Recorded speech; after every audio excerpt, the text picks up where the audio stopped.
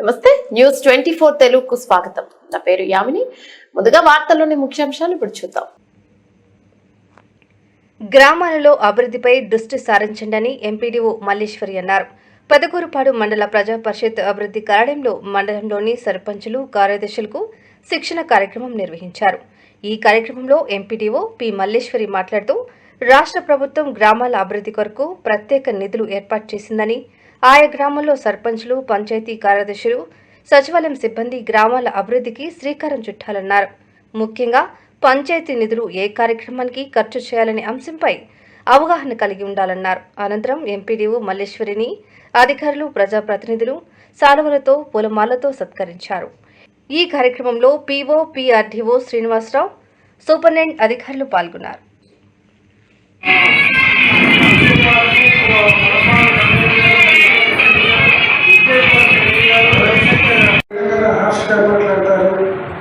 ఆ తర్వాత మళ్ళీ బాగానే అంటారు కానీ నాకేం అలా అనిపించలేదు. వెంటబడి పని చేసుకోవడం అనుకుంటాను. నేను హార్ష్గా మాట్లాడుతుంటే నాకు సర్వేలప్పుడు పంచినప్పుడు ఒక ఆయన ఫోన్ చేస్తాను.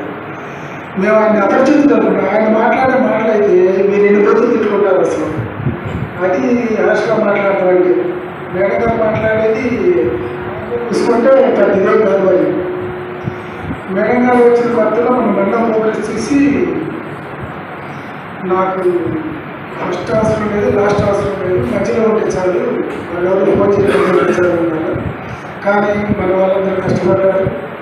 అట్లాగే ఫస్ట్ 5లో ఉన్నాం, పిఆర్ఓలో కానీ, ప్రెసిడెంట్ డిస్ట్రిబ్యూషన్లో కానీ, సర్వేలో కానీ అన్నింటిలో కూడా మన పంచాయతీ కార్యదర్శులు తెల్లవారుజాము 4ంటికి, ఆడవాళ్ళు కూడా 4ంటికి లేసి వచ్చి 5ంటికి పరిశ్రమ డిస్ట్రిబ్యూషన్ పెట్టారు. అదే చాలా సంతోషంగా ఉంది. నేను 5ంటికి పాలు వెళ్తుంటే నాణ్యత రోడ్డు మీద ఉన్నాడు.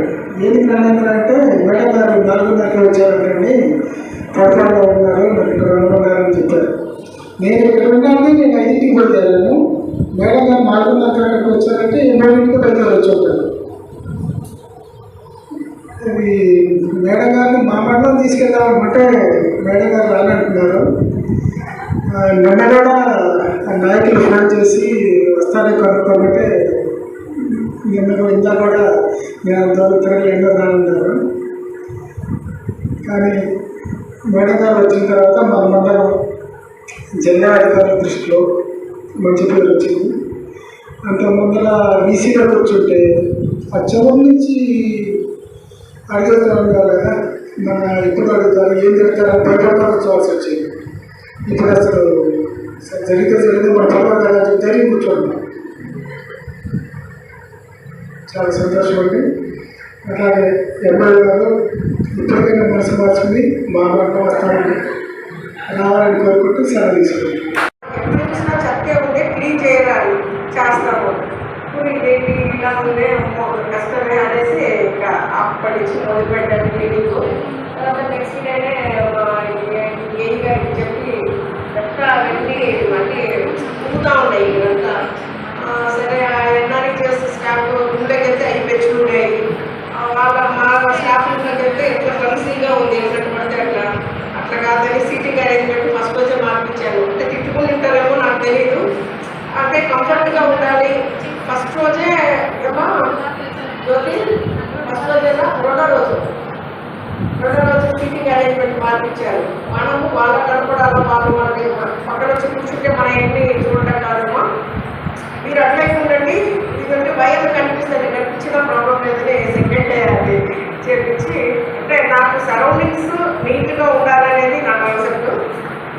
అదేవిధంగా కొంతమందికి ఫస్ట్ ఇబ్బందికరంగానే ఉంటుంది. అంటే నా మాట తీరు కఠినంగా, ఇంట్లో కూడా అంతే, మా పిల్లలు కూడా రాక్షసిలాగా బిహేవ్ చేస్తావు అని మా వాడైతే మాట్లాడేది చిన్నగా మాట్లాడు, మన అరిచి ఇంట్లో కూడా అదే అలవాటు అయిపోయింది. ఆ పిల్లలు కూడా ఫస్ట్ బాగానే ఉంటారు. ఎప్పుడన్నా కోపం వచ్చినప్పుడు గట్టిగా వచ్చినప్పుడు నువ్వు ఆఫీస్లో నాకు మాట్లాడద్దు, ఇంట్లో అంటే నా విధానమే అంతా అంటే స్ట్రైట్ ఫార్వర్డ్గా ఉంటారు. మా మమ్మీ కూడా ఆమె కూడా చెప్తారు, మా వారితో మాట్లాడే